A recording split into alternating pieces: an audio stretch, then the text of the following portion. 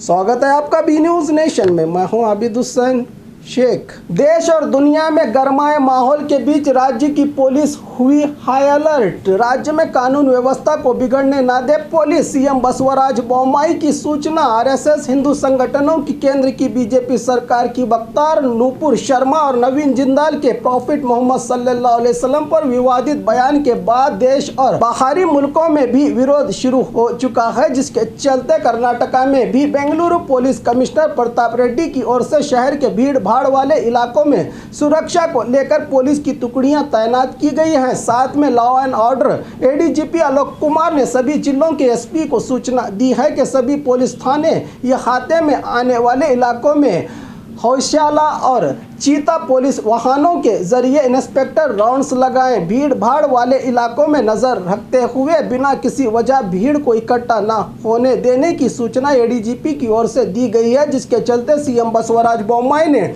उन्नत अधिकारियों की बैठक के बाद राज्य की जनता को अमन और भाईचारा बरकरार रखने की अपील करते हुए गृह मंत्रालय को निर्देश दिए गए हैं कि तमाम नाजुक इलाकों में पुलिस को चौकसी बरतने और किसी भी तरह के अफवाहों पर ध्यान न देकर प्रदर्शन न करने की सूचना के चलते गृह मंत्री अरग ज्ञानेंद्र ने मुस्लिम मुखंडों से चर्चा की है कि जानकारी दी मीडिया को राज्य में शांति बरकरार है, इसको बिगड़ने नहीं देंगे। पुलिस विभाग तमाम समुदाय को एतमाद में लेकर भाईचारे को बनाए रखे राज्य में कहा सीएम ने। ಹಾಗಾಗಿ ನನ್ನ ವಿನಂತಿ ಇದೆ, ಯಾವುದೇ ಸಂಘ ಸಂಸ್ಥೆಗಳು ಕಮ್ಯುನಿಟಿಗಳು ಶಾಂತಿ ಕಾಪಾಡೋದ್ರಲ್ಲಿ ಸಹಕರಿಸಬೇಕು. ಆದ್ದರಿಂದ ಕರ್ನಾಟಕ ರಾಜ್ಯ ಶಾಂತಿ ಸುವ್ಯವಸ್ಥೆಯನ್ನು ನಾವು ಕಾಪಾಡೋ ನಿಟ್ಟಿನಲ್ಲಿ ಅತ್ಯಂತ ಪ್ರಬಲವಾಗಿ ಎಲ್ಲ ಇದು ಏರ್ಪಾಡುಗಳನ್ನು ಮಾಡ್ಕೊಂಡಿದ್ದೀವಿ. ಇವತ್ತೇನಾದರೂ ರಾಜ್ಯದಲ್ಲಿ ಏನಾದರೂ ಪ್ರತಿಭಟನೆ ಆಗ್ತಾ ಇದೆ ಅಂತ ಅದರ ಮಾಹಿತಿ ಇದೆಯಾ?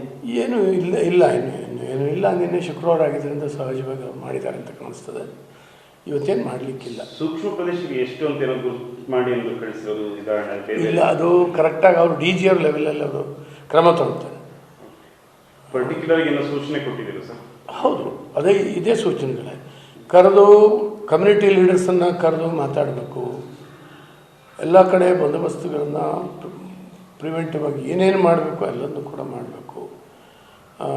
ಯಾರು ಬ್ಯಾಡ್ ಎಲಿಮೆಂಟ್ಸ್ ಇದ್ದಾರೆ ಸಹಜವಾಗಿ ಇಂಥ ಸಂದರ್ಭದಲ್ಲಿ ಅವ್ರನ್ನ ಮಾತಾಡಬೇಕು, ಅವ್ರ ಮೇಲೆ ನಿಗಾ ಇಡಬೇಕು. ಮತ್ತು ಎಲ್ಲದಕ್ಕಿಂತ ಸೋಷಿಯಲ್ ಮೀಡಿಯಾವನ್ನು ಎಲ್ಲ ಸ್ಟೇಷನ್ನಲ್ಲೂ ಗಮನಿಸಬೇಕು. ಅದರಿಂದ ಪ್ರಚೋದನಕಾರಿ ಯಾವುದಾದ್ರು ಸಂದೇಶಗಳನ್ನು ಕಳಿಸೋದು ಇದ್ದರೆ ತಕ್ಷಣ ಅದರ ಬಗ್ಗೆ ಕಾನೂನು ಕ್ರಮ ತೊಗೊಳ್ಬೇಕು ಅಂತ ಹೇಳಿದೆ. ಶಾಂತಿಯುತ ಪ್ರತಿಭಟನೆಗೆ ಅವಕಾಶ ಇದೆ ಸರ್? ಶಾಂತಿಯುತ ಪ್ರತಿಭಟನೆ ಮಾಡಲಿಕ್ಕೆ ಎಲ್ರಿಗೂ ಅವಕಾಶ ಇದೆಯಲ್ಲ ರೀ. ಪರ್ಮಿಷನ್ ತೊಗೊಳ್ಬೇಕು, ನಿರ್ದಿಷ್ಟ ಸ್ಥಳ ಹೇಳಬೇಕು, ಪ್ರತಿಭಟನೆ ಮಾಡ್ಬೋದಲ್ಲ, ಯಾರಿಗಂತ ತೊಂದರೆ ಇಲ್ಲ. ಚಿಕ್ಕ ವಿಚಾರ ದೊಡ್ಡದಾಗಿ ಮಾಡ್ತಾ ಇದ್ದಾರೆ ಅಂತ ಉದ್ದೇಶಪೂರ್ವಕವಾಗಿ ಮಾಡ್ತಾ ಇದ್ದಾರೆ, ಅನವಶ್ಯಕ ಅಂತೇಳಿ ನನಗೆ ಅನಿಸ್ತದೆ. ನೋಡಬೇಕು, ಯಾಕಂದರೆ ಎಲ್ಲವೂ ಆಗಿದೆ. ಕೇಂದ್ರ ಗೃಹ ಇಲಾಖೆ ಏನಾದರೂ ಸೂಚನೆ ಕೊಟ್ಟಿದೆ ಸರ್? ಹೌದು, ಎಲ್ಲ ಕಡೆ ಅಲರ್ಟ್ ಇರಬೇಕು ಅನ್ನುವಂಥದ್ದು ಕೂಡ ಕೇಂದ್ರ ಕೂಡ ಮೆಸೇಜನ್ನು ಕಳಿಸಿದೆ. ರಾಜ್ಯ ಗುಪ್ತದಳ ಏನಾದರೂ? ರಾಜ್ಯ ಗುಪ್ತದಳ ಬಹಳ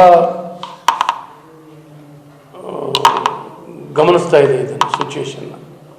ಆಗಾಗ ಇಲ್ಲಿ ಏನಾಗ್ತದೆ ಅನ್ನುವಂಥದ್ದು ಮಾಹಿತಿ ಕೊಡ್ತಾ ಇದೆ. ಅದರ ಆಧಾರದ ಮೇಲೆ ಪೊಲೀಸರು ಬಂದೋಬಸ್ತ್ ಮಾಡ್ತಾ ಇದ್ದಾರೆ. और खबरों के लिए देखते रहिए बी न्यूज़ नेशन।